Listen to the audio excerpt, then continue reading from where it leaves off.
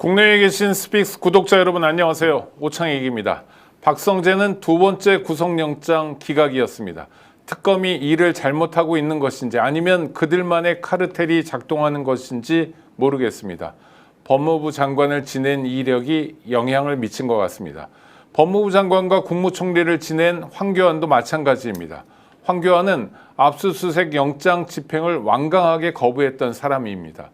증거인멸과 도망의 염려라는 측면에서 볼 때 구속의 필요성이 얼마나 높은지 본인이 입증했는데도 구속되지 않았습니다. 국무총리를 지낸 한덕수도 그랬습니다. 내란에서 주요 임무에 종사했고 또 내란을 선동했던 사람들인데 모두 구속을 피했습니다. 결코 가볍지 않은 범죄인데도 서울중앙지법의 영장 전담 판사들은 딴소리만 합니다. 내란 다음 날 안전가옥에 모여 내란 대책을 논의했던 박성재 법무부 장관, 이상민 행안부 장관, 김주현 대통령실 민정수석, 이완규 법제처장 중에서 구속된 사람은 이상민뿐입니다. 이러다 이상민만 억울하다는 소리가 나올지도 모르겠습니다. 이건 확실히 이상한 일입니다. 일단 이름부터 기억해야겠습니다. 남세진 판사, 박정호 판사, 그리고 뭔가 대책을 마련해야 되겠습니다. 스픽스가 보내드리는 인기 토크쇼 역전의 용사들, 오늘도 최고의 출연자들과 함께합니다. 먼저 김지호 더불어민주당 대변인 스튜디오에 모셨습니다. 어서 오십시오. 안녕하세요. 반갑습니다. 네, 잘 지내고 계세요? 잘 지내고 있습니다. 성남 김지호. 네. 무슨 뜻입니까? 성남에서 열심히 뛰고 있는 지역 정치인입니다. 네, 성남의 지역 정치인이면서 중앙당의 대변인이시고요. 같은 회사에서 나오셨네요. 임세은 더불어민주당 선임 부대변인. 어서 오십시오. 네, 환영의 박수를. 예, 고맙습니다. 잘 지내세요? 네, 네, 저도 뭐 이것저것 활동하고 또 저희 민생경제연구소도 잘 이끌고 있습니다. 그러면 네. 겸업. 네, 투자. 그렇죠. 네. 좋습니다. 자, 장영진 TV 아시죠? 장영진 TV의 대표시죠? 장영진 기자 오셨습니다. 어서 오십시오. 안녕하십니까. 네. 안녕하십니까. 잘 지내고 계세요? 네. 요즘 살이 좀 빠져가지고 오. 그래서 사람들이 왜 이렇게 비결이 뭐냐고 묻는데 예. 비결은 그냥 마음고생이다라고 생각하시면 될 것 같습니다. 어떤 마음고생을 하세요? 글쎄 뭐 저는 요즘에 이 법조계만 보면 화가 나요. 네. 그리고 한편으로는 한동훈이 설치는 걸 보면서 저 자식 때문에 제가 열받아가지고 저는 한동훈 보면 열받거든요. 토론을 뭐 다른 사람하고 할 게 아니라 한동훈은 저하고 해야 됩니다 일단. 아니, 한동훈이 저한테 제안을 소송도 하나 졌잖아요 지금. 네. 아니 근데 한동훈이 네. 좀 설쳐가지고 네네. 지금 검찰 적폐가 싹 다 정리되게 생기지 않았습니까? 그 역할은 뭐 좀 인정을 해야 될 것 같은데요. 한동훈 씨는 왜 자꾸 이러는 거예요? 아니 존재감을 보여주고 싶은 거죠? 나 그러니까 이제 잊혀지지 않아야 된다. 옛날 생각을 하는 거예요. 아. 옛날 생각. 옛날에 자기가 법무부 장관. 옛날에 한때 잘 나갔을 때 윤석열과 함께 검찰을 장악했을 때 내가 이렇게 하면은 내 밑에 있던 그 친윤 검사, 친한 검사들이 들고 일어나서 뭔가 보수 언론과 여론을 만들고 그래서 정권에 맞서 싸우는 이재명 대통령이나 정성호 법무부 장관 민주당을 잘못 본 거죠. 네. 2년 전, 3년 전, 4년 전 민주당이 아닙니다. 제대로 걸렸어요.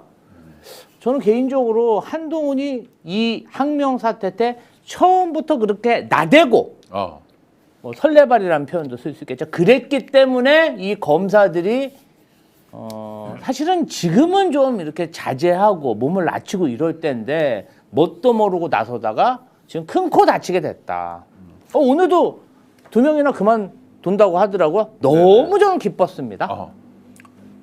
아마 2명 그만둔다고 하면 그만두기 어려울 거예요. 이게 징계 절차가 시작된 거로 보이기 때문에 그리고 징계 절차 시작되지 않았더라도 징계 절차 시작이 될 가능성이 있는 사람은 일단 사표를 안 받아줍니다.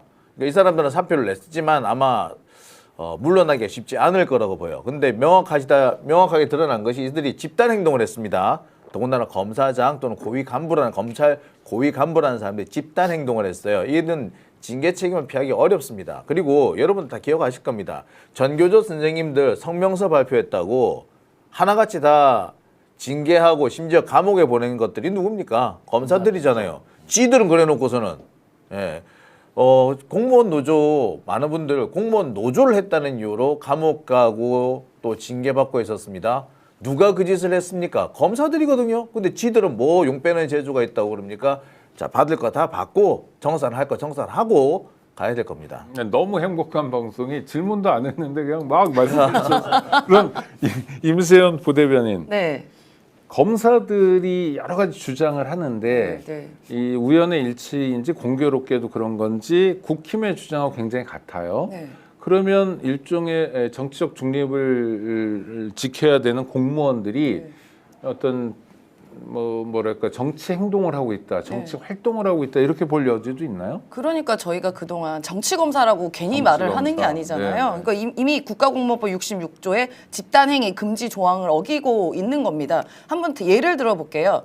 기재부 산하의 통계청 직원들이 이렇게 집단 항명한 적 있습니까? 그리고 환경부 밑에 있는 그 산림청 직원들이 이런 적 있어요? 법무부 산하의 외청인 검찰청 검사들만 이렇게 집단 항명하는 겁니다. 대놓고. 아니 그런 직원, 그런 공무원들 있으면 바로 면직, 파면, 징계 조치가 들어갈 수밖에 없어요. 근데 뭘 믿고 저 사람들은 저렇게 막 집단 항명하고 성명서 내고 저렇게 돌출 행동들을 하냐. 여기는 또 옷 벗고 나가면 전관 변호사로 더 많은 돈 벌 수 있습니다. 얼마나 벌어요? 뭐 소위 말하면 김앤장 같은 데 가서 검사장급 정도. 검사장쯤 했으면 기본 단위가 억이죠. 그렇죠. 넘죠. 기본 단위가 억이라는 얘기니까 그 계산을 할 때 1억을 단위로 5억 뭘 보통 우리가 수임료를 하면은 뭐 100만 원, 200만 원 이렇게 얘기할 텐데 여기는 1억, 2억 이렇게 얘기할 겁니다. 이번에 한학자 통일부 총재가 본인 수사 안 받고 구속 안 되면 그냥 성공보수 10억. 네. 그 재판에 이기고 이러는 게 아니고 나 저기 출석 안 하고 저기 구속 안 당하면 성공보수 10억 주겠다. 그러려고 다 정관 쓰고 정관들하고 계약한 그 계약서 공개됐잖아요. 네네. 그러니까 이자들이 기계적으로 항소를 하면 사실은 검찰 예산과 검찰 인력도 많이 투입됩니다. 특히 대장동 사건 같은 경우는 제가 듣기로도 뭐 사건 기록만 20만 장에 정말 엄청난 검사들과 검찰 인력들이 투입됐는데 쥐들이 무능해서 재판에서 진 거 아닙니까? 아니 추징금을 그냥 쥐들 아니잖아요. 네. 아니 그러니까 1차 수사팀이 한 수사 결과는 대부분 인용이 됐고 2차 수사팀이 엉뚱하게 이 대장동 사건이라는 게 이 사업을 추진하고 허가하는 그 과정은 성남도시개발공사 유동규, 정민용 이자들하고 결탁돼서 한 거고 이 대장동 일당들이 자기 자본 3억 5천만 원으로 하나금융지주로부터 수조 원의 그런 도시개발 그 사업비를 대출받아 가지고 엄청난 이득을 취한 거 아닙니까? 그러면 이 3억 5천만 원 있는 사람들한테 이런 엄청난 돈을 몰아준 하나금융지주에 대해서 수사했습니까? 엉뚱하게 이재명 대통령하고 정진상 실장, 김용 부원장 없는 죄 만드느라고 증언 조작하고 배가른다 협박하고 녹취록 조작하고 그 짓 하다가 지금 이 재판에서 개망신 당하고 진 거 아닙니까? 그런데 왜 민주당에 뒤집어 씌우나 이거예요. 하다못해 장동혁 대표가 이번 당대표 될 때 유동규한테 유튜브에서 면접 보고 당대표 됐습니다. 그리고 남욱 서초동 낭인으로 맨날 기자들하고 노래방 다닐 때 누구 오더 받았습니까? 그 친윤 검사들 오더 받은 거 아니에요? 그래놓고 무슨 대장동 일당들의 수익을 뭐 민주당이 지켜준다고요? 지네들이 수사하고 재판 개판으로 해서 앞으로 이길 가능성이 없고 그러면 앞으로도 그럼 재판 2심하면 수십억에 그럼 재판 비용 들어가는데 자기들이 책임질까? 이 재판 관련해서 문제가 있다면 강백신진 친윤 검사들이 책임을 져야죠. 본인들이 이렇게 자신 있게 재판해갖고 어떻게 됐어요? 결과가 이렇게 나왔으면 양심이 있어야지 그걸 갖다가 대통령하고 민주당에 다 뒤집어 씌워? 저는 이거 질적으로 아주 악질적이다. 근데 그렇게 악질적으로 구는 까닭은 뭐예요? 그러니까 책임을 전가하기 위한 거예요? 아니면은 어떻게든 이재명 대통령을 엮어서 하나의 프레임을 계속 가져가자 이런 정치적 노림수예요? 일단 지금 섞여 있나요?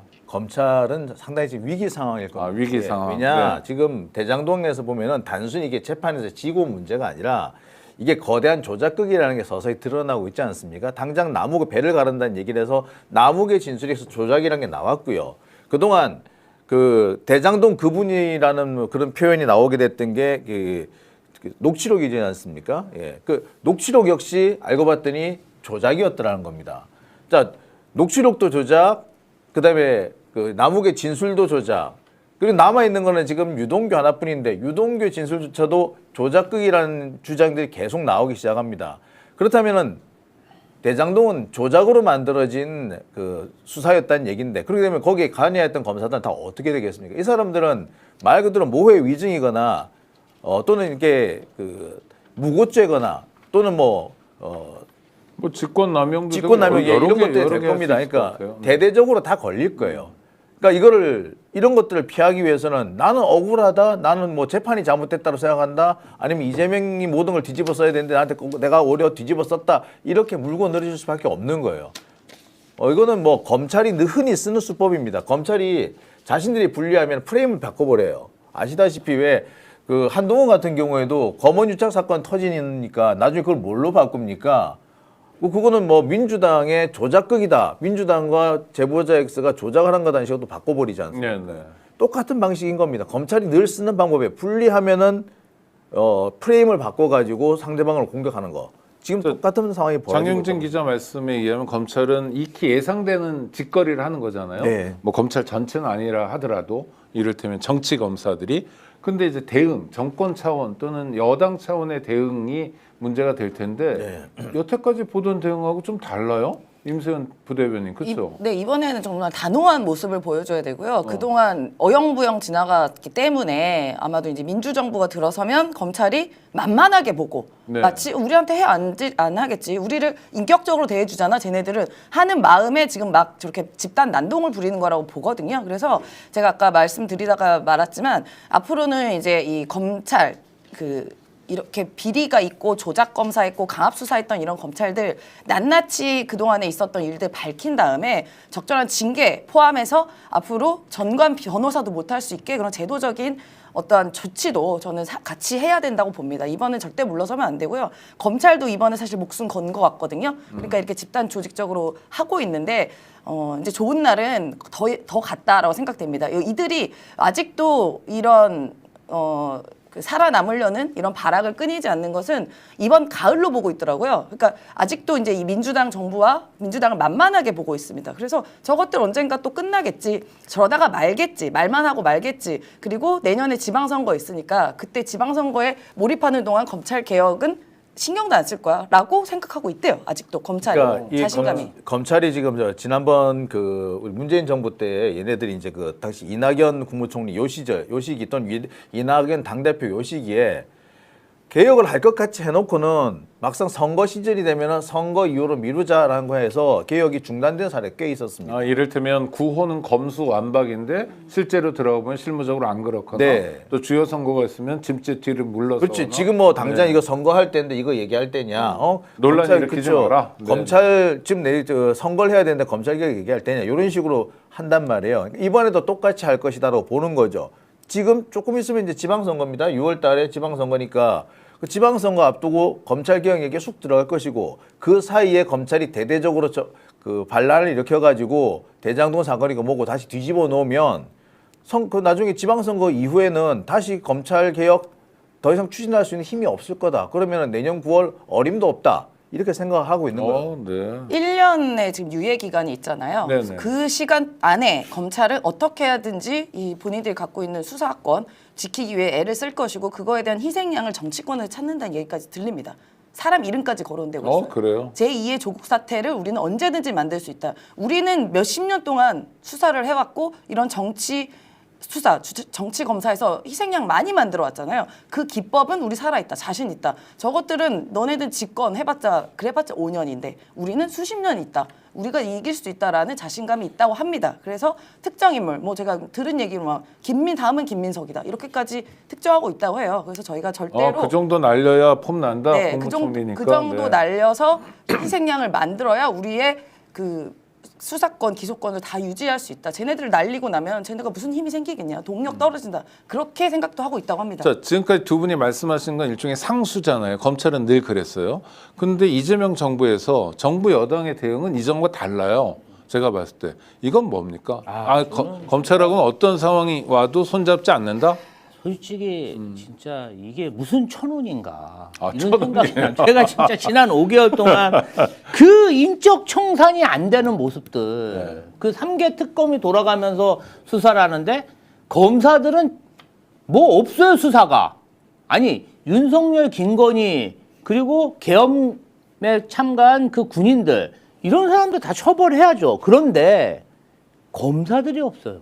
네네. 아니 윤석열 정부의 주조연 엑스트라까지 다 해먹은 게 검사들인데 어떻게 검사들만 싹 거기서 빠지냐 이거죠. 저는 그리고 인적 청산도 한 4, 50명씩은 그만둔 거거든요.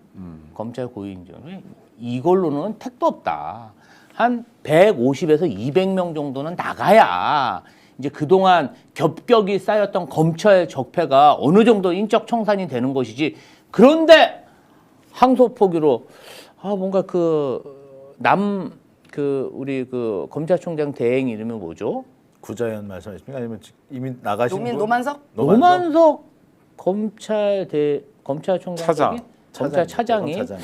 뭔가 좀 이렇게 어수룩해 보이면서 뭐 엉거주춤 하면서 그냥 이렇게 사퇴를 하면서 이 검사들이 우리가 지금 검사장들도 다 인사로 지금 승진을 시킨 사람들이지 네네. 않습니까? 이게 왜 그러냐면은 5, 6년간 윤석열과 한동훈이 검찰 조직을 완벽하게 장악하면서 이 고위직에 승진시킬 만한 사람들이 전부 친윤 검사들로 된 거예요. 그 5, 6년 동안. 그런데 이 친윤 검사들이 이빨을 드러내면서 항명을 저지르고 그리고 결국은 노만석을 내쫓지 않았습니까?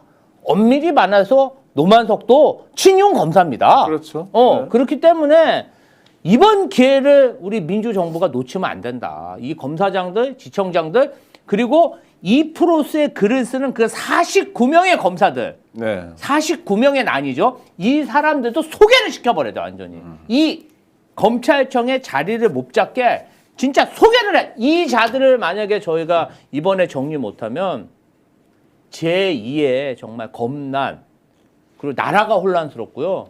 이재명 정부가 앞으로 임기를 계속할수록 큰 부담을 안다. 지금 이 시기에 이 사람들에 대해서 단죄를 해야 된다. 저는 인사조치뿐 아니라 대장동, 그다음에 쌍방울 대북송금 관련해서 각종 사건 조작의 정황들이 나오고 있지 않아요? 이 부분 관련해서도 3개 특검이 끝날 시점에 새롭게 조작검사, 조작기소 특검을 다시 띄워야 된다. 네. 이렇게 생각합니다. 알겠습니다. 도노점수님 구독자님이 빈틈을 보이지 마라 라는 말씀을 주셨는데 옳은 것 같습니다. 아니 장용진 대표님 말씀하시기 전에 새로운 얼굴이죠. 아니 뭐 그전에도 봤던 얼굴이지만 검찰의 새 얼굴이 나왔습니다. 얼굴 한번 보고 가시죠. 검사장 평검사 전보에 관해서 의견 좀 전달하신 게 있을까요? 만나 뵙고 갑니다. 예. 장관님께서 어떤 말씀 좀 하셨어요? 오늘 긴 시간 얘기 나누셨는데. 웃네요. 뭐 저 웃음의 의미는 모르겠는데 일단 인사 포인트 중에 하나. 검찰총장을 임명하지 않고 반복적으로 대검 차장만 임명하는 거 이거 대통령의 분명한 메시지로 봐야 되는 거죠? 그렇습니다. 이미 사실 검찰청은 폐지가 확정이 돼 있습니다. 그러니까 여기 검찰총장을 지금 임명해봤자 내년 9월이면 끝날 사람이거든요. 그러니까 여기에 굳이 검찰총장 새로 임명할 필요가 없다라는 점 명백히 한 겁니다. 이거는 검찰청 살아날 길은 없다라는 걸 명확하게 한 거라고 봐야 되겠죠. 그리고 이번에 지금 과거에 그 검찰의 저항은 여러 차례 계속 반복됐는데 이번만큼은 왜 다르냐? 왜 이번엔 좀 더 정부의 대응이 다르냐라고 말씀하셨는데 네네. 많이 당했으니까 당하는 겁니다. 네. 예, 검찰에서 뭐라고가 빈정되느냐면 아니 노무현 대통령 돌아가셨잖아요. 네. 조국 장관 그렇게 온 가족이 이게 정말 도륙을 당했지 않습니까? 네. 그게 다 뭐냐면 검찰을 제대로 통제하지 않아서 그런 겁니다. 우리가 안 당해봤느냐? 다 당해봤잖아요. 그리고 그 결국에 나중에 이재명 대통령까지 정말 아슬아슬한 위기까지 겪지 않았습니까? 이 상황에서 우리가 검찰을 제대로 제압하지 않는다면 우리 또 당한다라는 걸 이미 우리 충분히 알고 있는 거죠. 경험으로 알고 있기 때문에 그 경험이 이번에 그대로 이번에 그 녹아 있기 때문에 좀 제대로 된 대응을 하고 있다. 아니, 전 작지만 중요한 차이가 있는 게 장 기자 말씀하신 대로 2009년에 노무현 전 대통령의 비극적 죽음이 있었잖아요. 네. 사실 그럼에도 불구하고 뭐랄까 정신 차리지 못했달까? 그래서 네. 검사들한테 질질 멱살 잡아서 끌려 다니는 국면이 있었는데 지금은 많이 다르잖아요. 오, 자식들 좋다. 1,000원이다. 한번 붙어보자.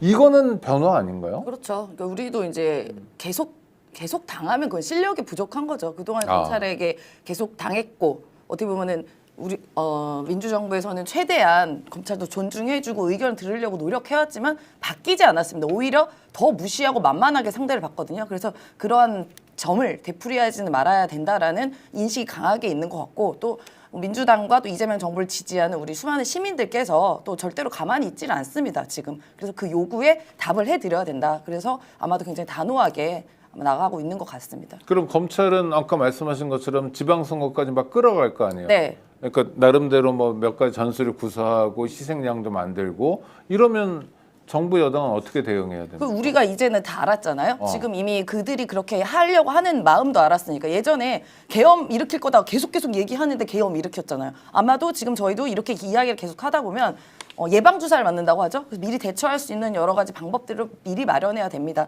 그래서 이 검찰이 잘하는 게 뭐예요? 피해자 가해자를 확 바꿔버립니다. 네네. 이번 사건도 마찬가지로 본인들이 잘못해서 본인들이 그 항소 안 한 것 같고 괜히 피해자 뒤바뀌어서 본인들이 마치 피해자인 척 코스프레하고 있지 않습니까? 김학의 사건이랑 똑같잖아요. 김학의가 불법적으로 그 성접대 받고 그런 화면까지 김학의가 나왔는데도 불구하고 출국 금지하니까 이걸 출국 금지 사건으로 매도를 해버립니다. 그래서 피해자 가해자도 뒤바뀌어요. 이런 수법을 우리 이미 확인을 했기 때문에 다시는 당하지 말아야죠. 만반의 준비를 아마 할 것입니다. 근데 가장 큰 차이는요. 우리 내부에서 쓸데없는 잡소리 내는 사람이 없다는 겁니다. 그러니까 가장 중요한 게 뭐냐면 분명히 잘못한 건 검찰이에요. 우리 검찰에 문제가 있는 건데 괜히 우리가 자성하자라든지 이런 식으로 하는 분들이 또는 검찰의 얘기가 있으니까 우리 좀 한 발 물러서자 뭐 이런 식으로 괜히 그 뭐 이상한 좀 얘기를 하시는 분들이 계셨는데 보통 그 다선 의원 중에 네. 계셨어요. 그런 분들이. 그렇죠? 뭐 자성론 얘기하기도 하고 우리가 잠시 지금 시끄러우니까 여기 잠시 다독이고 가자 뭐 소나기 올 때는 피하고 가야 된다 이런 식으로 하시는 분들이 꽤 있었습니다. 그런 분들 때문에 사실 우리가 강경하게 대응을 해야 하는데도 오히려 무르게 대응을 해서 검찰한테 빌미를 제공한 사례가 적지 않았는데 이번에는 그런 말씀하시는 분이 없더라고요. 이게 아주 큰 그 어떤 변화가 아니겠는가. 이런 변화는 어떻습니까? 김지호 대변인 이를테면 지금 뭐 검찰청 없어진 다음을 디자인을 하고 있는 거잖아요. 그런데 그전에는 민주당 의원 중에서도 보안 수사권 필요하다라는 분이 몇 분 계셨던 것 같은데 이런 목소리는 좀 들어간 것 같고 약간 민주당도 뭘까 전열이 일치단결, 일사불란, 무슨 확거부동 뭐 이런 쪽으로 간 것 같아요. 저는 뭐 그런 보안 수사권이라든지 제도 관련해서는 얼마든지 토론하고 네. 뭐 시뮬레이션 해볼 수 있다고 생각해요. 그런데 우리가 2022년부터 2025년 6월 정권이 바뀌는 그 3년이라는 기간을 민주당은 검찰 개혁과 정치 검찰 단죄를 위한 숙성의 시간으로 보냈다. 그 3년 네. 동안 정말 많은 인력이 투입돼서 이 검찰의 악행과 그 수법들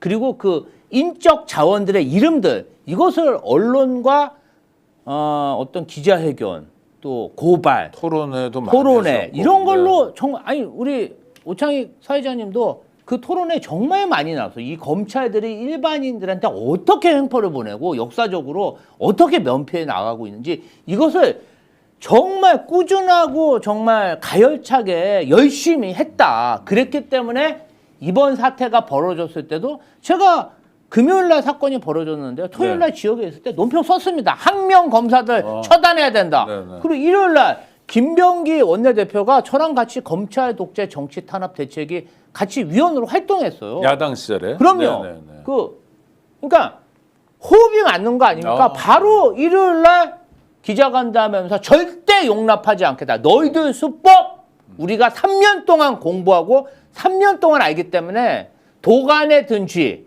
너를 알고 나를 알고 검찰 너희들이 하는 모든 요상한 짓들과 보수 언론과 짜고 하는 그 뒤집어 시기는 우리가 다 알고 있다.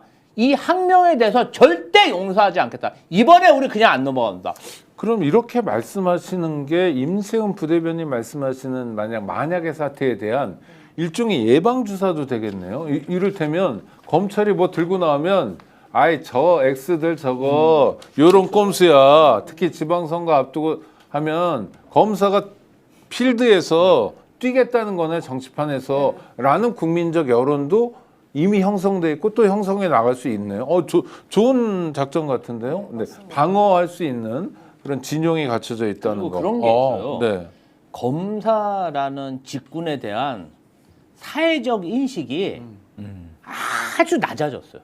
맞아요. 신뢰도 하면 꼴찌예요. 맞아요. 옛날에는 검사라 그러면 그냥 무서운 사람, 피해야 되는 사람, 공포감과 경외심이 많았다면 지금은 저 맨날 어디 룸사롱이나 다니고 접대나 받고 죄 지어도 벌 안 받고 뻔뻔하고 거짓말하고 거짓말쟁이들, 뻔뻔한 인간들 이렇게 사회적으로 인식이 됐기 때문에 민주당이 이렇게 강하게 드라이브를 걸어도 사회에서는 당할 놈들이 당한다 이런 인식이 좀 퍼져 있다. 그 배경에는 사실 윤석열이 참 큰 일을 했어요. 아, 네, 네, 네. 정의로운 검사라 한동훈도. 그랬잖아요. 예, 정의로운 검사가 쿠데타를 일으켰단 말이에요.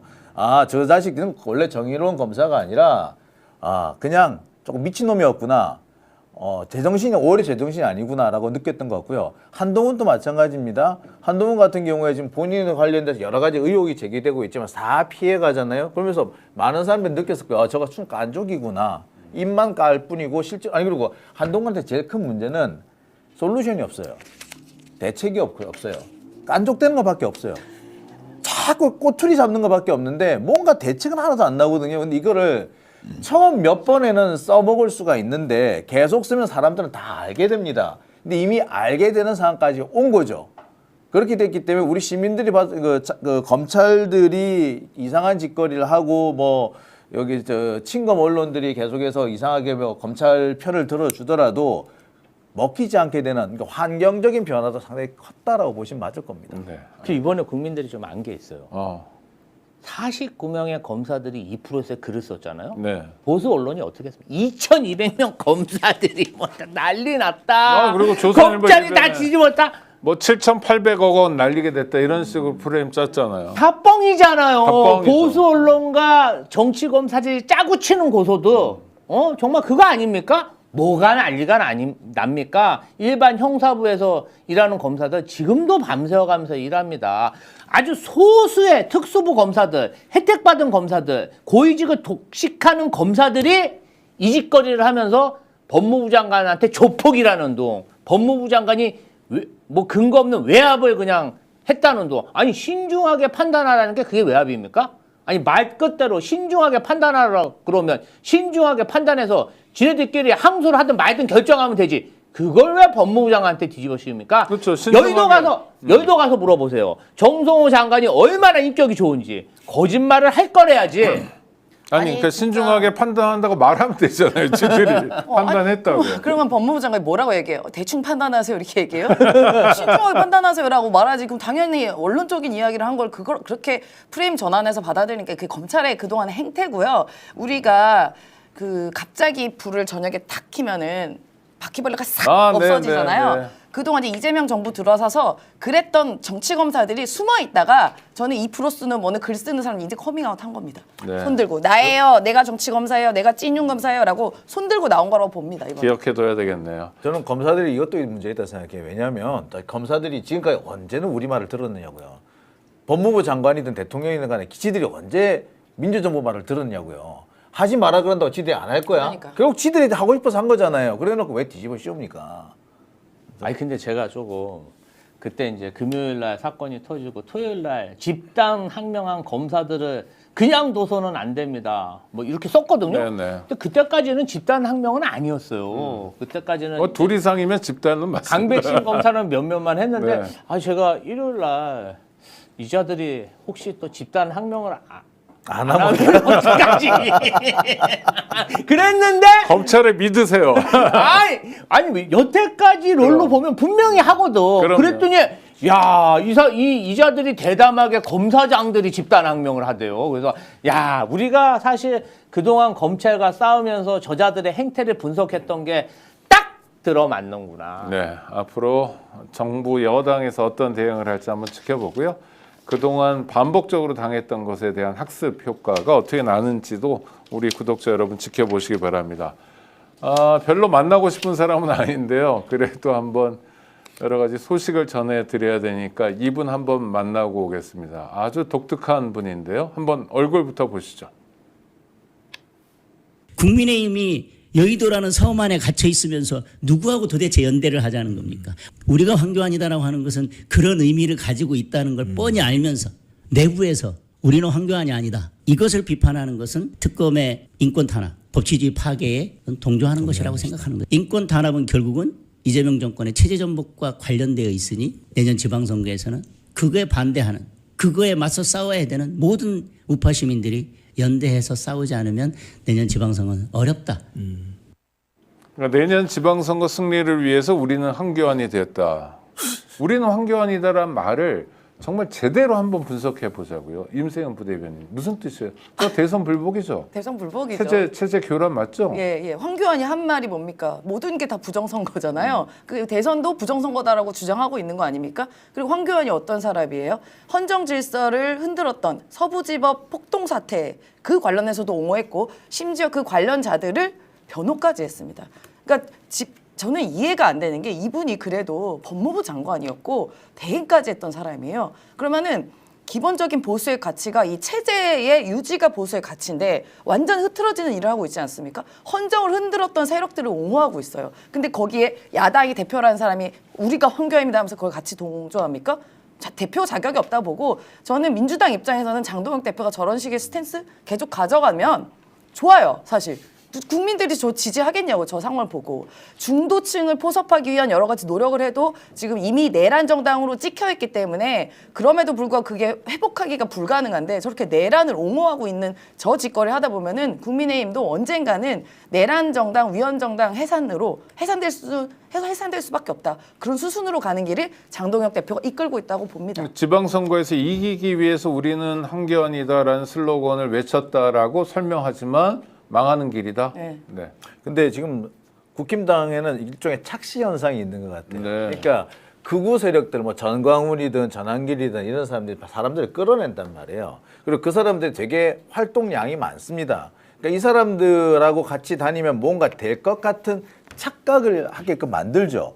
근데 서서히 지금 국민들 소위 말하는 그 보수라는 사람들도 국힘당에 힘들어하기 시작하는 거죠. 좀 그러면서 이 사람들은 서서히 이제 투표장에 나가는 거부하기 시작할 겁니다. 근데 이 상황을 국힘당의 지금 당직자들에는 안 보이는 거죠. 안 보일 수밖에 없는 것이 당장 눈앞에서 저렇게 설치는 사람들이 있으면 안 보일 수밖에 없는 겁니다. 눈앞에 자기 시야를 사로잡는 거는 그 아스팔트 이런 사람들만 그렇죠. 잔뜩 있으니까 그게 자기가 보는 세계가 전부인 것 같아 보인다. 그러니까 그 사람들이 얼마나 또 열심히 뛰입니까? 네. 정신없이 뛰어다니거든요. 그리고 그 사람들이 뭔가 끌고 오면 뭔가 될 것 같아요. 그럼 그러니까. 윤석열을 다시 모셔와야 되겠네요. 그렇죠. 윤어게인이니까. 네. 네. 이게 이제 정치인은 다른 거 다 제쳐두고 네. 분위기 파악을 좀 해야 돼요. 이게 뭐냐면은 분위기 저는 파악. 지금 도대체 김지호 어록 나왔습니다. 정치는 다른 거 제쳐두고 분위기 파악을 해야 아니 된다. 그러니까 예를 들면 이런 거예요. 송원석 원내대표가 압수수색을 받고 구속 기로에 있다. 뭐 김도읍 정책위 의장이 압수수색을 받고 구속 기로에 있다. 하다못해 한동훈 전 대표가 구속 기로에 있다. 그러면 내가 한동훈이다. 내가 송원석이다. 그렇죠. 내가 김도읍이다. 내가 해도, 추경호다. 뭐 이런 해도 거. 사람들이 보기에 아니 그 이재명 정부 안 그럴 줄 알았는데 윤석열 때랑 좀 비슷한 것 같아. 야당 상징적인 인물도 다 잡아가네. 아마 그랬을 거예요. 아니 근데 황교안은 누가 봐도 이상하잖아요. 그렇죠. 그리고 네. 자기 당도 아닌데 왜 내가 황교안이어야 돼. 많은 친한계 한동훈계 패널들이나 의원들이 저는 황교안 아닌데 이래버리잖아요. 그러면 사정이 그쯤 됐으면 내가 이 사항이 초반 터졌을 때 한동훈 전 대표가 막 치고 나가고 그러면서 좀 어떤 강한 발언을 할 타이밍을 놓쳤고 그러다 보니까 마음이 급해서 장애 집회를 했을 때 세게 말하다 보니까 나도 모르게 내가 황교안이다. 말실수를 했다. 그렇게 그냥 인정하고 빨리 넘어가면 되는데 갑자기 이것은 모두 다 계획된 얘기이며 저를 믿고 저를 비판하는 것을 이 얼마나 찌질한 변명입니까? 뭐가 계획돼요? 분위기 파악 못한 거지. 흥분해가지고. 저는 어쨌든 한동훈 대표랑 이 부분과 관련해서 서로 뭔가 경쟁하면서 이것을 비판하다 보니까 둘 다 지금 오바를 하고 있다. 분위기 파악 못하고 그런 것 같습니다. 아니 근데 진짜 재밌는 게 황교안 대표가 지금 국민의힘 당원도 아니고 그러니까요. 다른 당이 있어요. 네, 뭐 무슨 당이 개혁 있더라고요. 머시기 네. 뭐 해가지고 무슨 당이 있는데 저 해당행위 아닙니까? 당 대표가 그렇죠. 남의 당에 있는 대표한테 내가 황교안이라는 거 해당행위 아니에요? 스스로? 좀 너무 기가 막혀가지고. 선거 운동을 그렇게 하고 네. 불법 아닌가요? 그러니까요. 해당행위 다른 당을 옹호해 주니까 지금 하여튼 황당합니다. 장동혁 씨도 네, 분위기 파악 못하는 사람. 카메라 앞에서 그래도 익숙한 사람인데 이 사람도 약간 분위기 파악에 관해서는 일가견이 있는 것 같은데요. 한번 이분도 만나고 오시죠. 막을 하고 있습니다. 법을 고쳐 징계까지 하겠다고 합니다. 정의를 외치는 입에는 재갈을 물리고 불의에는 방패를 씌우는 현실, 이것이 법치주의 나라에서 있을 수 있는 일입니까? 없습니다. 네, 신동욱이군요. 뭘 이렇게 드시나? 저 사람이 카메라 앞에 많이 섰던 사람이라며 무슨 언론사 뭐였다며요? TV조선. 예. 아, 그 몰라. SBS TV 조선 가셨고, 안 예. 봐서. 근데 이제 근데 저렇게 카메라가 많은 데서 저러는 건 그러니까 뭐예요? 저 당의 수준이 저 정도인 수준? 거예요. 저렇게 저런 뭐 소위 말해서 진심으로 저 행위를 한다면 저렇게 뭐 껌 씹고 뭐 과자 씹고 할 수가 없죠. 진심으로 내가 마음이 동해서 한다면. 그렇죠. 진짜 야당 진짜로 탄압이 예, 있다면. 네. 있다면 그래서 예를 치가 들면 떨리죠. 저희 뭐 야당일 때 윤석열의 그 아주 무도한 정치, 무도한 국정 운영, 그다음에 야당 대표를 죽이려 했던 여러 시도들을 저희는 진심으로 가가지고 정말 항변했거든요. 네네. 그럴 때 무슨 껌을 씹습니까? 근데 진심이 아닌 거예요. 그냥 나오라니까 나와서 하는 겁니다. 그때 끼어가지고 저기 박용진 의원 그 당시에 그때 행사 잘못 열었다가 그때 엄청나게 욕 먹었던 거 기억하실 겁니다. 그러니까 이재명 대표 그때 단식하고 네, 계실 예. 때 바로 그 근처에서 뭐 저기 아마 오래 전부터 계획된 거라고 하던데 무슨 저기 아마 먹는 행사 같이 먹는 열렸던 것 행사였어요. 같아요. 근데 그것 때문에 엄청 야단 맞았거든요. 악의는 아니었는데 뭐 악의는 아니었는지 모르겠으나. 근데 시기가 묘했죠. 대표가 시기가, 예. 단식하고 있었는데. 그러니까 그거는 진짜 제가 볼 때는 분명히 잘못이 있다 생각하는데 아무튼 그렇게 난리가 났습니다. 그런데 이제 국힘당 같은 경우에는 저런 짓을 해도 아무도 반응이 없는 거죠. 그러니까 자기들도 아는 거예요. 자기들도 지금 자신들의 행위가 정말 마음에서 끌어올라서 하는 것이 아니라 분위기상 요거는 이렇게 한다라고 뭐 어떤 뭐 계획적이었는지는 모르겠으나 사실 진심이라고 보기는 어려운 겁니다.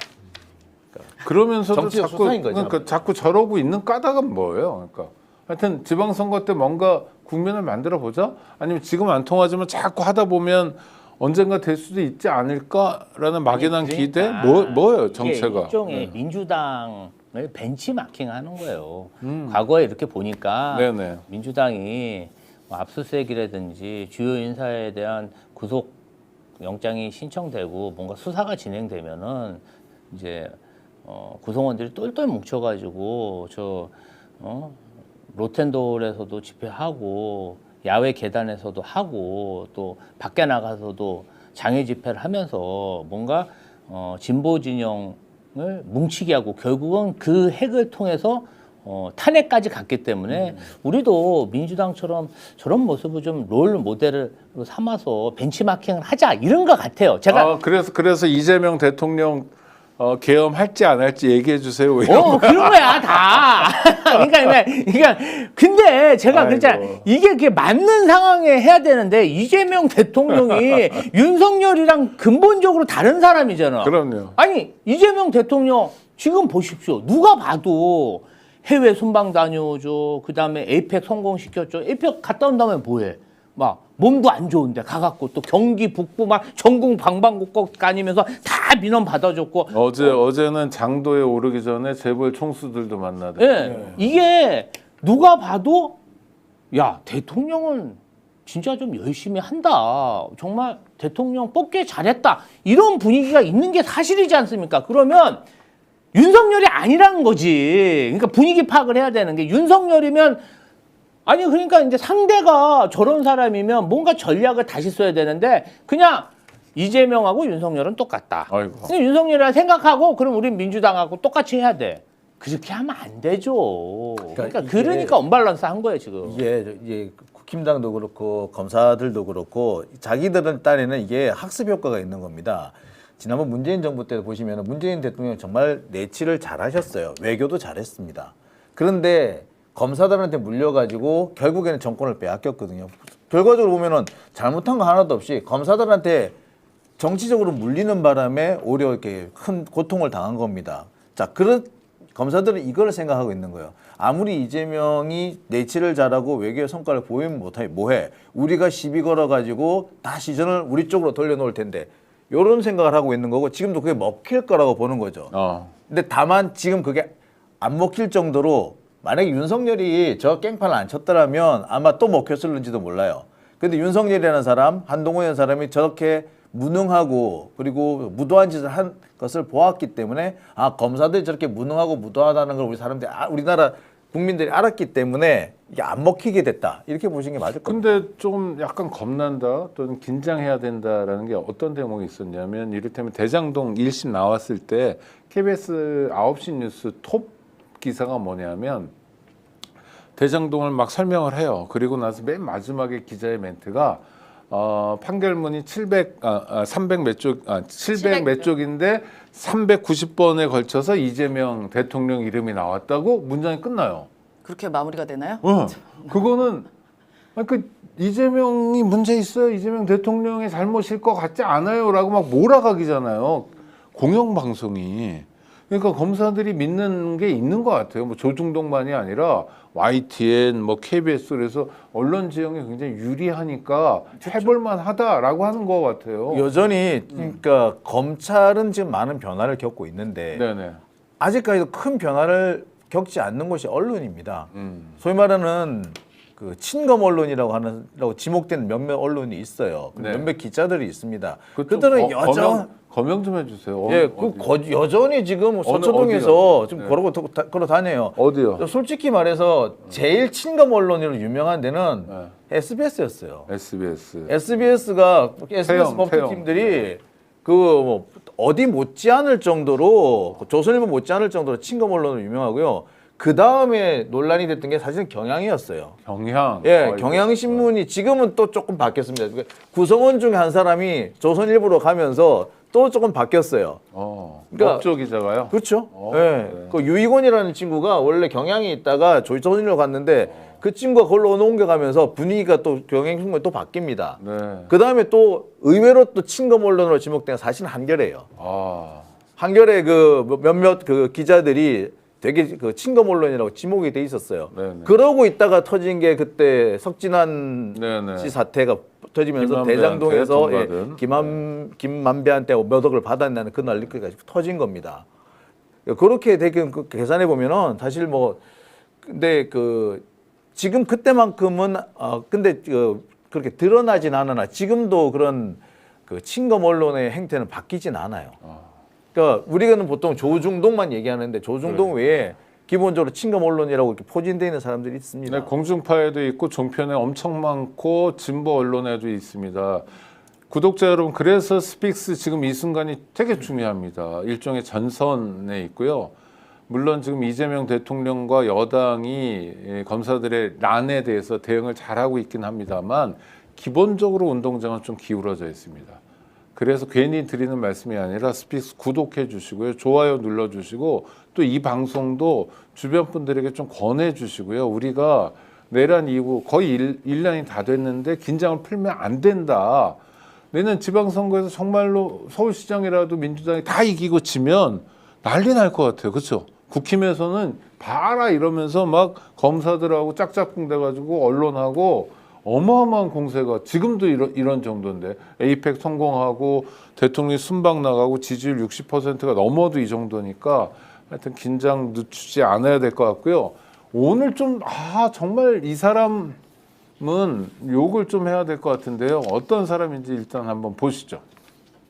장애인 너무 많이 할당을 해서 저는 문제라고 봐요. 저는 죄송하지만 장애인이라고 본인이 장애인이라 주체성을 가지는 게 아니라 배려받는 걸 당연하게 생각하는 거예요. 물론 한 김예지 같은 사람이 눈 불편한 거 말고는 기득권이에요. 돈 있고 학력 있고 본인이 뭐가 부족하게 자랐습니까 대체. 오히려 자기가 그런 일부 약자성을 무기 삼는 거예요. 근데 한동훈도 진짜 대가리 꽃받친 게 왜 그럼 김예지를 공천을 했을까. 한동훈이 당대표실 들어갈 때 김예지가 비대위원이었거든요. 김예지 에스코트 하면서 들어가는 게 되게 기사가 많이 났거든요. 강남좌파 특유의 따뜻해 보인다. 그 에스코트용 액세서리 취급하는 거죠. 그렇게 해서 들어온 주제에 3대 특검 다 찬성했습니다. 김혜진은 지금 사과 한마디 없어요. 정말 사람 같지도 않은 그런 사람들을 데려와가지고 지금 공천 준 거고요. 어떻게 이게 같은 당에서 비례대표라고 하는 혜택을 2번이나 받았으면서 이렇게까지 하나 생각이 들죠. 그런 공천을 한 게 누구다? 한동훈. 일단 못 듣겠어. 저게 사람의 말이었는데 정리. 박민영 아시죠? 저 사람 뭐 하던 사람이에요?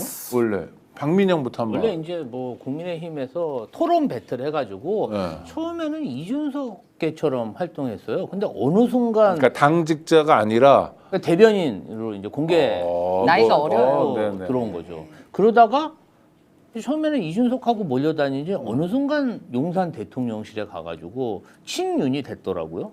대통령실의 대변인 같은 걸 했습니다. 행정관 같은 거 한 것 같아요. 행정관. 네. 그러다가 계엄 터지기 직전에 어쨌든 빠져나와가지고 이제 당에서 활동하는데 제가 봤을 땐 그런 것 같아요. 그러니까 아직 좀 나이가 어리고 이러다 보니까 이제 민주당 정권에 연패를 하고 있잖아요. 근데 이게 굉장히 어린 마음에 상처를 많이 입은 것 같고 그 원인을 이 정치 결사체인 국민의힘이 왜 분열돼 있나. 당론을 세우면 거기에 다 따라야지. 왜 각기 딴 목소리를 얘기하나. 이제 그것에 과몰입하다 보니까 이제 당론 안 따르면 다 배신, 배반, 이 분사파처럼 된 거예요. 근데 제가 정말 마음 아픈 거는 뭐냐면 제가 이제 국회 본청에서 김예지 의원을 보면 일단 어떤 생각이 드냐면 저도 이렇게 시각장애인을 이렇게 본 모습을 본 건 처음이에요. 이게 좀 처음엔 좀 낯설더라고요. 그런데 낯설죠. 자꾸 이렇게 저분이 활동하는 모습을 보니까 저분이 굉장한 용기를 가지고 국회의원 생활을 하는구나. 이 자신의 모습을 과감 없이 대중들한테 보여줌으로 해서 장애인이 낯선 게 아니다. 익숙해져야 된다. 근데 그런 것들이 어떻게 보면은 용기고 정말 정말 뭐라 그래야 될까요? 정말 본받아야겠구나. 좀 잘해드리고 싶다. 이게 공감이 되는 그런 마음 아니겠어요? 근데 저런 사람한테 막 사람 같지도 않은 사람이라 그러니까 일종의 폭력이야. 그냥 폭력이에요. 비장애인이 장애인에 대해서 장애를 가지고 저 눈 빼고 뭐야 저 사람 이러면 이런 말 정말 어린 친구라서 하고 싶지 않아요. 너가 만약 눈이 장애가 있다면 그런 말을 들으면 네. 왜 그 대가리 꽃밭이라는 건 무슨 뜻이에요? 처음 들어봐. 대가리 꽃밭. 그러니까 이제 생각이 없다는 말을 젊은 층들이 꽃밭 같다, 꽃 그래? 꽂았다, 뭐 이런. 대체 꽃 꽂았다, 이제 바보다, 약간 미쳤다, 뭐 이런 거죠. 자기가 바본데요 지금. 아니 그래서. 저는 제가 장애를 이렇게 말씀드리는 게 좀 죄송하지만 정신적 장애가 있는 것처럼 보여요 오히려 저 친구가. 그러니까 제가 또 많이 느끼는 게 뭐냐면 저 친구 93년생이거든요. 93년생이고 뭐 어릴 때 그러니까 적절한 뭐 사회 활동 한번 잘 못 해보고 안 해보고 당에 들어와서 이제 뭔가 정치권에서 정치 물을 먹은 거죠. 소위 말하면 그러다가 대통령실도 간 것 같은데 다시 한번 저는 교육의 필요성을 다시 느낍니다. 그리고 사회생활이 얼마나 중요하다는 점도 깨닫습니다. 제대로 된 사회생활을 안 해보고 괜히 정치권에 와서 기웃거리다 보니까 아주 다른 내가 뭐가 된 듯이 마치 무슨 완장 찬 듯이 뭐 그런 생각 갖고 그러니까 그냥 말이라고 다 하는 것 같은데요. 좀 인성교육을 좀 먼저 받으시고 사람이 되라. 사람이 돼야 될 것 같아. 그다음 저 양반 얘기를 들어보니까 자기 같은 사람이 비대로 국회의원 됐어야 되는데 김혜지 의원 같은 사람이 해가지고 자기가 밀렸다 이런 피해의식 같은 것도 있어 보이고. 그러니까 국회의원 아니죠, 저 아닙니다. 양반은. 그냥 대변인. 그냥 뭐 청년 쪽 이제 몫으로 된 대변인인데 아니 그 비례 할당제의 의미를 정확히 알면 저런 말 못하는 거죠. 장애우에 대한 비례성을 위해서 그렇게 비례대표를 배치를 하는 거거든요. 그 민주당에는 또 서미아 의원이라고 그분도 좀 네. 예, 눈이 불편하신 분이 계십니다. 이 의미, 장애인의 존엄과 평등권 그거를 국회에서 입법으로 좀 보여줘라 해서 그 본인 자체가 그냥 의미인 거예요. 그럼요. 의원들이. 네. 근데 그런 의미도 제대로 이해하지 못하면서 아니 본인 그래서 정치권에 있다. 국힘에서도 탈북자를 국회의원으로 공천하기도 하잖아요. 왜냐하면 숫자로는 너무 적은데 이 사람들이 국회의원이 될 가능성은 없고, 근데 자기들이 생각할 때 탈북민의 목소리도 의정 활동에 반영되는 게 좋다 해서 모시는 거 아닙니까? 그렇죠. 요번에 와 계신 분은 너무 독특하긴 하지만 매번 모시는 분들이 독특하긴 하지만 하여튼 그런 뜻 자체를 민주당에서 뭐 왜 탈북자를 공천 줬냐 하면서 누가 함부로 얘기하지는 않잖아요. 아이, 그럼요. 그 존재에 대해서. 아니 이제 그 어찌 됐든 저는 이 사람이 그래도 이게 그냥 국민의힘 문제가 이건 거예요. 왜냐하면은 이게 그래도 청년 정치인이고 또 국민의힘에서 인증한 거예요. 어디 내놔도 네, 부족한 네, 점이 없고 우리 당의 얼굴이다 하면서 인증 패널이라고 저렇게 대변인으로 올려놓고 그런 사람이 이게 그리고 막 표현이나 이런 게 보면요 김예지 의원에 대한 폭력이에요. 그 그렇죠. 장애인에 네, 대한 네, 네. 이제 그 혐오, 폭력 이건데 야 어떻게 저런 사람이 저 당의 얼굴일 수가 있죠? 그리고 저런 얘기가 나왔으면 우리 당 같았으면 바로 따면이야. 우리 정치권이 아니, 우리는요. 아니, 잠깐 일단 당 대변인에서 잘리죠. 예. 그다음에 당적은 어때요? 당적도 제거될 당적도 거예요. 아마. 윤리 바로 윤리 행위예요. 집에 가 그냥 예. 모든 걸 내려놓고 집에 가. 우리는 발도 못 붙입니다. 아니, 발부터 못 비슷한 붙이는 게 얘기라도 못 해요, 저. 발도 못 붙인 게 중요한 게 아니라 지 얘기를 말해 민주당에서 누가 했었어 봐. 네. 민주당 벌써 작살났어요. 벌써 언론이- 언론에서 가만 놔뒀을 그렇죠. 겁니다. 네, 그러면서 네, 뭐 이런저런 뭐 온갖 뭐 비난 다 나왔을 거고 비슷한 과거 사례 뭐 비슷하지도 않은데 비슷한 것처럼 갖다 붙여가지고 다 털어먹었을 거예요. 근데 지금 저 난리를 치고 있는데 언론에서 가만히 있는 거예요. 만약에 민주당에 있으면 저 사람 진짜 어휴 만약에 우리 임세현 대변인은 그렇게 하셨다 봐. 오늘 김지호 대변인 그런 말 하셨다고 생각해 보세요. 안 계세요. 그분 지구에 여기 아마 지구에 없어. 저는 아마 거의 믹서기에서 가루돼 있었을 겁니다. 네. 저런 말 했었으면. 네, 맞아요. 그게 맞죠. 사람이 어떻게 그러니까 약자 소수자의 지위에 있는 사람들에게는 조심해야 되거든요. 그렇잖아요. 남성, 여성에게 또 뭐 저 비장애인이 장애인에게 이거 다 조심해. 어른이 어린이에게 그렇죠?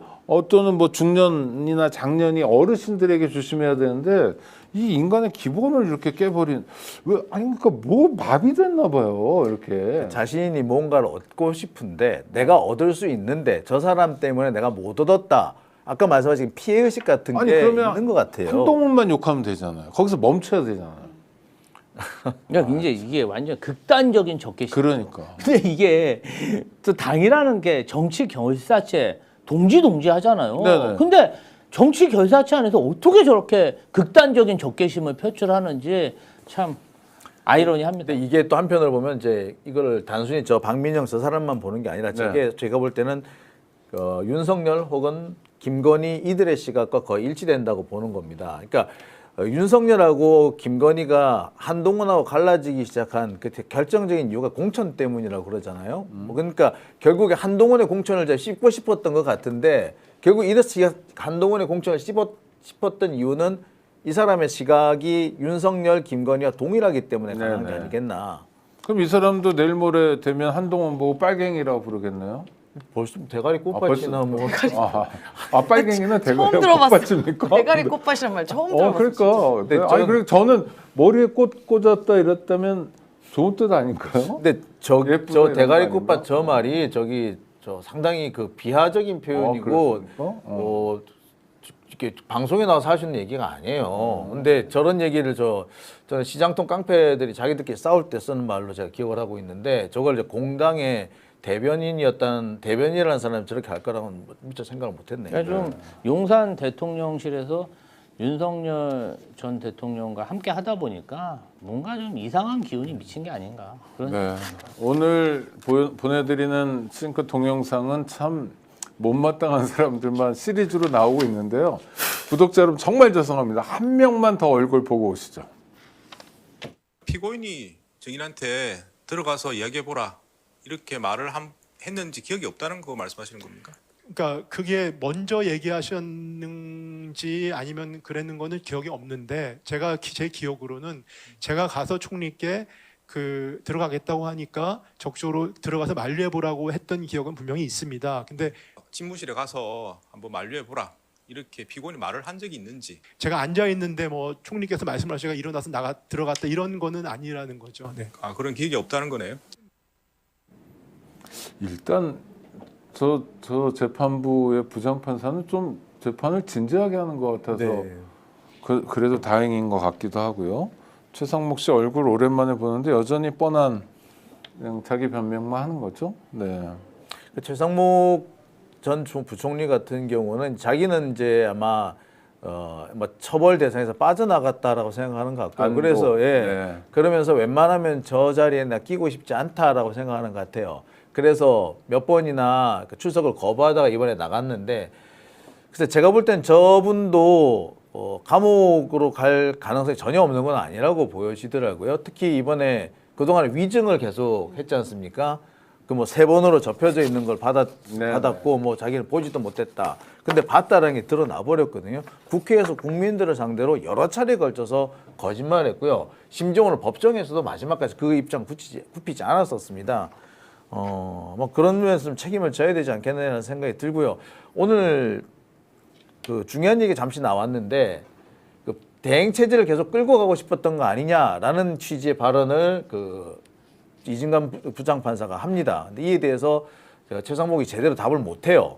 그러니까 이 부분에 대한 집중적인 좀 그 조사나 수사가 좀 진행돼야 되지 않겠나 그런 생각도 드네요. 네, 지금 계속 거짓말을 일관하고 있거든요. 그러니까 계속 저번에 접었다 그랬는데 실제로 CCTV 영상에서는 종이가 펴진 채로 받았고 오늘 또 공개된 거에서는 심지어 거기에 형광펜으로 줄까지 쳐 있습니다. 그러니까 그동안 최상목이 거짓말로 일관했던 모든 것과 사실관계는 굉장히 배치되고 그 점에 대해서 이진관 부장판사도 지적을 했습니다. 그러니까 참고인이 말한 그 내용이 객관적 사실과 부합하지 않는 것들이 많기 때문에 내가 너를 의심할 수밖에 없다 이런 식의 취지로까지 이야기를 하거든요. 그 말인즉슨 거짓말했다는 거거든요. 그래서 저는 최상목도 F4 회의라던가 이런 부분도 개최한 사실이 없어지는 게 아니기 때문에 전 반드시 내란 공범으로도 피의자 신분으로도 전환될 거다 그렇게 생각합니다. 내란 극복이 보통 일이 아니라는 거를 새삼 느끼게 됩니다. 그래서 구독자 여러분들도 기억해 주시고 또 긴장도 해 주시기 바랍니다. 주요한 인물 한 사람 만나고 오겠습니다. 야, 이거 정말 제가 부끄러울 일은 아닌데 서울 시민으로서 같은 오씨로서 부끄러운 사람입니다. 또 사고가 났어요. 한강버스. 이쯤 되면 굉장히 심각한 거 아닙니까? 반복적이고. 심각하죠. 근데 거기에 사람이 타고 있잖아요. 예.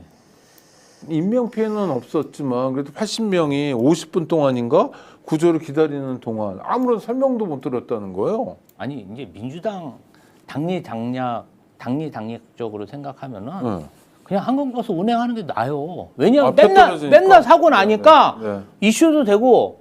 그러면 민주당이 나쁘게 뭐가 있어요. 그런데 그런 당리당략의 문제가 아니라 사람은요. 물속에 3분, 5분만 있어도 사망해요. 그리고 그렇죠. 지금같이 겨울철에 바람 쐬는 분들은요.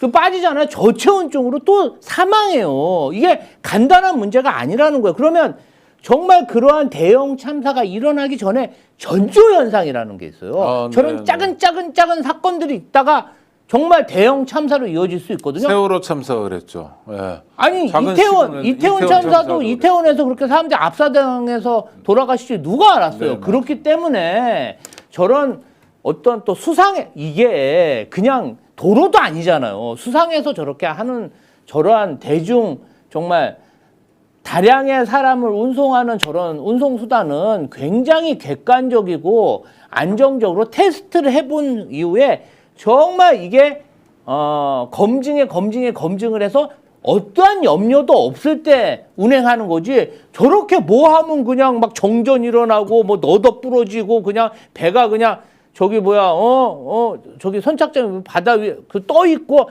이러면요 저는 정말 걱정돼서 그런 우리 김민석 총리가 그 부분에서 지적을 했더니 정치권이 왜 나서냐 총리가 왜 나서냐 아니 인명에 대한 위험이 있으니까 총리가 나서야지 그럼 그걸 보고 그냥 가만 구경하고 있습니까? 이 부분 관련해서 저는 여야의 문제가 아니라 서울 시민과 대한민국 안전에 관한 문제다. 이 부분 빨리 즉시 시정해야 된다. 아니 한강버스를 주도했고 지금도 중단하지 않고 있는 사람이 안전 문제를 정치 공세의 도구로 이용하면 안 된다는 얘기는 정말 나쁜 얘기 같은데요. 그러니까요. 아니 이게 다른 문제도 아니고 시민의 안전에 대한 문제입니다.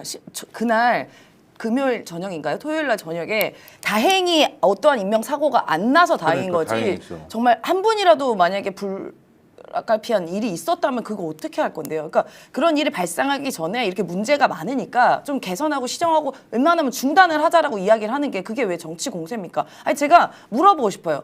그 오세훈 시장님한테. 오세훈 시장님이 이 운행 시행하는 기간 동안 매일매일 저거 타고 출근하십시오. 그럼 그러니까 제가 안정성 인정해 볼게요. 본인도 안 탈걸요? 본인도? 그러니까 오세훈이라는 사람은요, 기본적으로 뭐 책임을 진다거나 아니면 무슨 정책에 대안이 있다거나 어떤 정책의 방향성이 있는 사람이 아니에요. 그러니까 자신이 뭔가 좀 튀어보려는 듯한, 튀어보고 뭔가 치적을 남기는 듯한 그런 일만 하는 사람입니다. 그렇기 때문에 이 사람의 입장에서는 뭔가 책임 추궁이 들어오면은 책임 추궁을 회피하려고 하는 거고요. 그 회피의 가장 좋은 핑계거리가 정치 공세의 운운이었던 겁니다. 그러니까 이 사람은 지금 늘 본인이 쓰던 그런 수법을 계속 쓰고 있다라고 보시면 되고요. 아니 근데 서울시장이라는 자리는 그 누구보다도 책임져야 되는 자리잖아요. 그럼요. 서울 시민의 안전, 서울 시민의 생명, 서울 시민의 행복을. 네. 그런데 저렇게 미꾸라지처럼 도망가요? 그러니까 저는 문제는 여기서 꼭 짚고 넘어가고 싶은 것이 저런 사람 뽑으면 안 됩니다. 왜 어느 분들이 저를 뽑았는지 저는 뽑으신 분들이 책임져야 된다는 생각이 그거 들어요. 뭐 윤석열 정권 초기니까 사실 바람이 부니까 어쩔 수 없었다 치더라도. 근데 오세훈 씨는 지금 왜 한강버스를 중단하지 않아요? 아니 이 사람이 네. 청계천 트라우마가 있는 것 같아요. 내가 대통령이 되려면 서울의 랜드마크인 한강과 나를 등치시켜야 되는데 큰 업적 사업을 해야 되는데 그 중에 하나가 한강버스였던 거죠. 그럼 이제 준비를 잘 해서 하면 되는데 또 준비 과정은 각종 비리 의혹과 정말 무능의 극치를 보여주고 있다. 저는 이렇게 봅니다.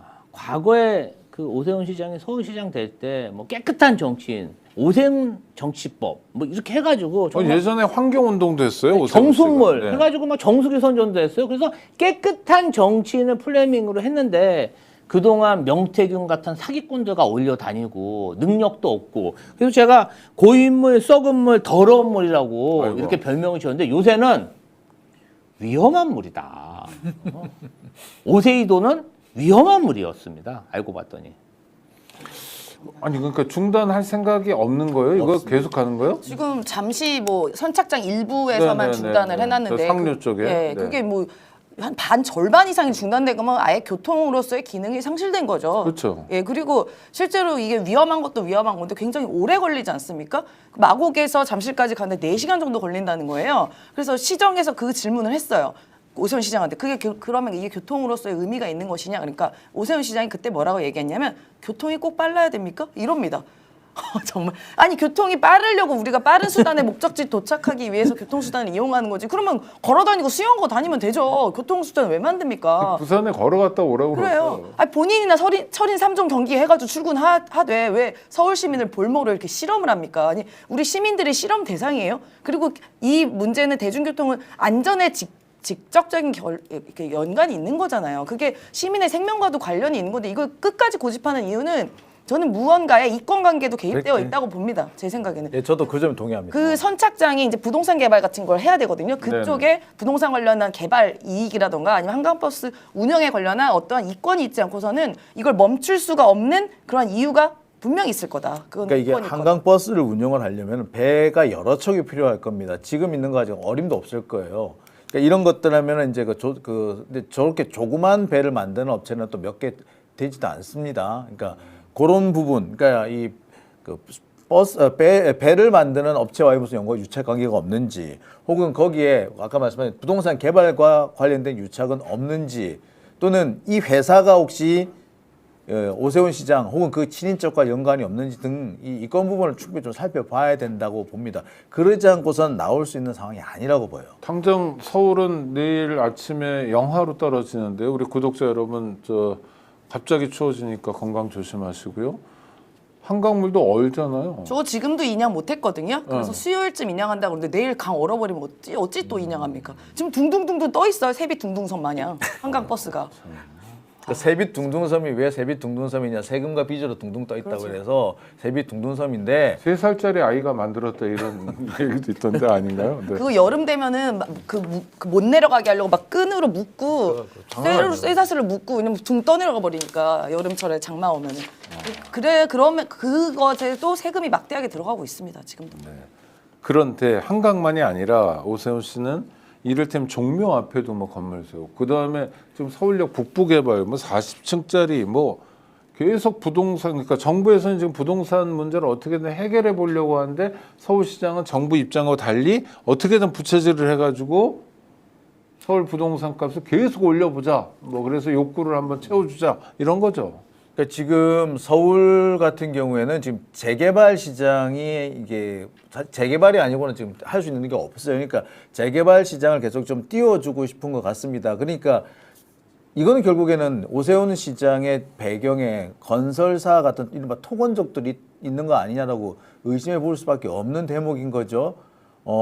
지금 서울시 같은 경우에 이렇게 계속 그 재개발 붐을 일으키게 되면 이것 자체로 아마 부동산 폭등 현상이 나올 겁니다. 그리고 오세훈 시장 같은 경우 벌써 한두 번 부동산 폭등을 일으키려고 일으켰죠, 사실. 네. 전체적으로 성공도 했었고요. 그런데 그것이 4~5조로 진압이 된 겁니다만 오세훈 시장 이런 게 지금 필요하다고 보는 것 같습니다. 왜냐,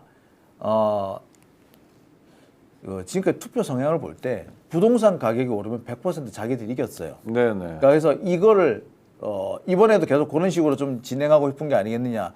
부동산 가격을 올려서 이것을 투표로 연결시키고 보겠다. 그러니까 아파트 가격을 표로 연결시키려는 그런 어떤 의도가 있는 게 아닌가. 선거에서 이길 가능성을 높이기 위해서 시민들의 삶은 어떻게 되든 경제는 어떻게 되든 아무 상관없다는 건 정말 말도 안 되는 거고 광화문의 감사의 정원은 뭐예요?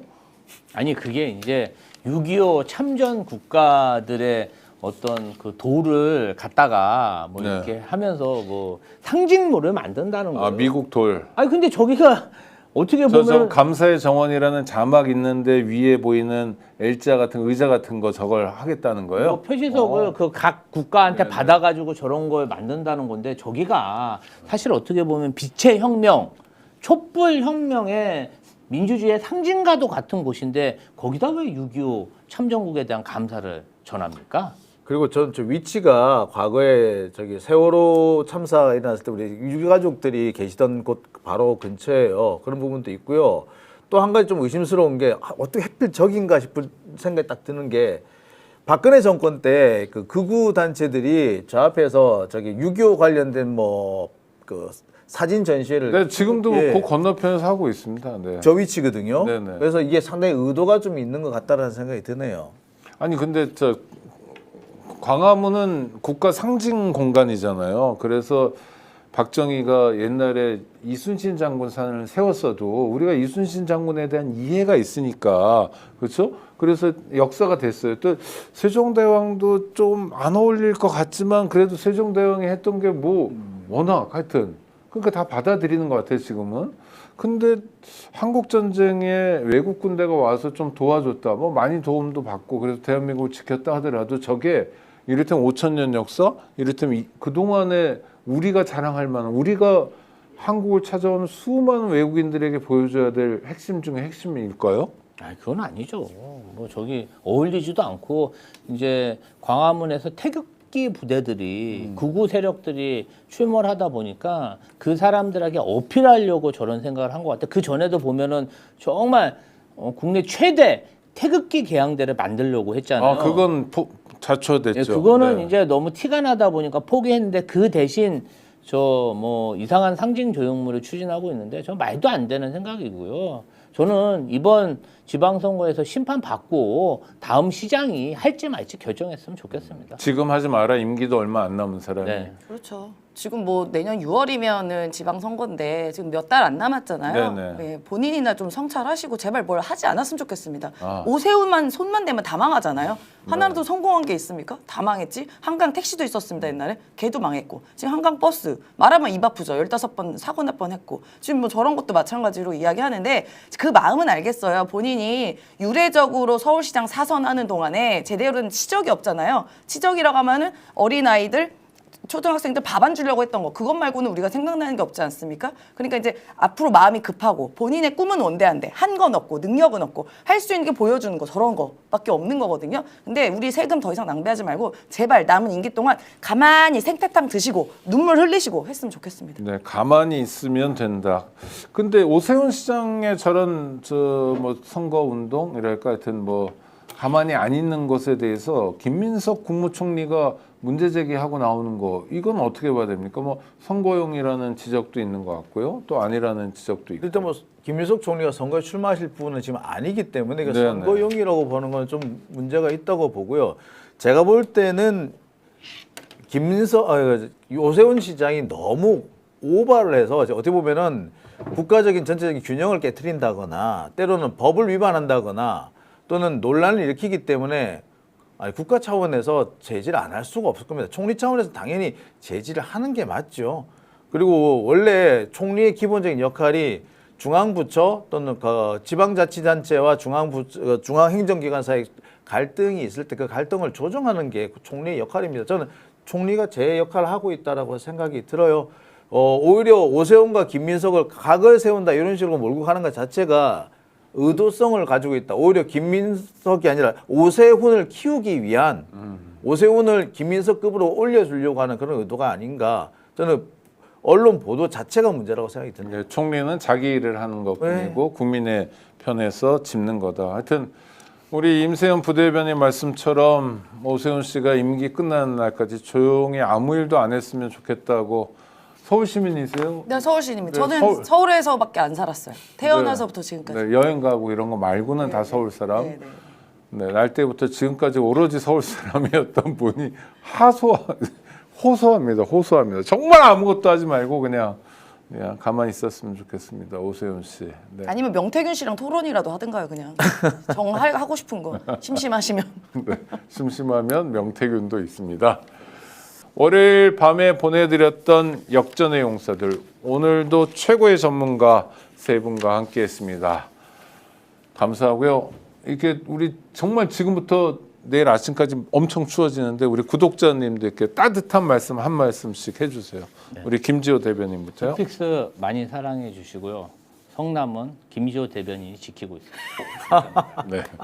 성남 시민 여러분, 특히 김지호라는 세 글자 기억해 주시고요. 임세은 부대변인. 네, 저희 이제 대통령 7박 10일 일정으로 이제 외교 무대에 또 다시 나섰습니다. 이제 우리 국민들이 걱정을 너무 많이 해요. 건강 걱정. 네네. 네, 물론 국익을 위해서 여러 가지 행보를 하고 계시지만 대통령님과 또 김혜경 여사님 건강 잘 챙기시기를 우리 국민의 한 사람으로서 요청드립니다. 그리고 많은 성과 잘 가져오실 거라 믿고요. 우리들과 할 수 있는 건 응원해 드리는 거잖아요. 네, 많은 응원 부탁드리고 대통령님 응원도 부탁드리지만 스픽스 구독, 좋아요 또 부탁드리고 임세은 식당 유튜브도 있습니다. 구독, 좋아요 부탁드리겠습니다. 아이고 감사합니다. 우리 장용진 기자님. 작년 그 내란의 겨울을 우리가 어떻게 이겨냈는지 되돌아보면은요, 어렵고 힘들 때 동지들이 손을 잡고 서로가 서로에게 따뜻한 체온이 되었기 때문이 아니었겠나 생각이 듭니다. 이제 앞으로 우리가 맞이하게 될 이번 겨울 역시도 그렇게 극복할 수 있지 않을까 생각해 보고요. 스픽스도 많이 도와주시고요. 또 저희 장용진 TV에도 따뜻한 체온이 되어주시기 바랍니다. 네, 내란 일어난 지 2주 후면 만 1년입니다. 1년 정말 어마어마한 시간들이었습니다. 대한민국 국민들이 만든 시간이었고요. 우리 스픽스 구독자들께서 만들어주신 시간이었고 스픽스에 출연하는 여러 패널들이 만들어준 시간이었습니다. 오늘 밤에 엄청 춥답니다. 따뜻하게 주무시고요. 또 내일 아침도 춥다니까 추위 대비 단단히 하시기 바랍니다. 감사합니다. 고맙습니다.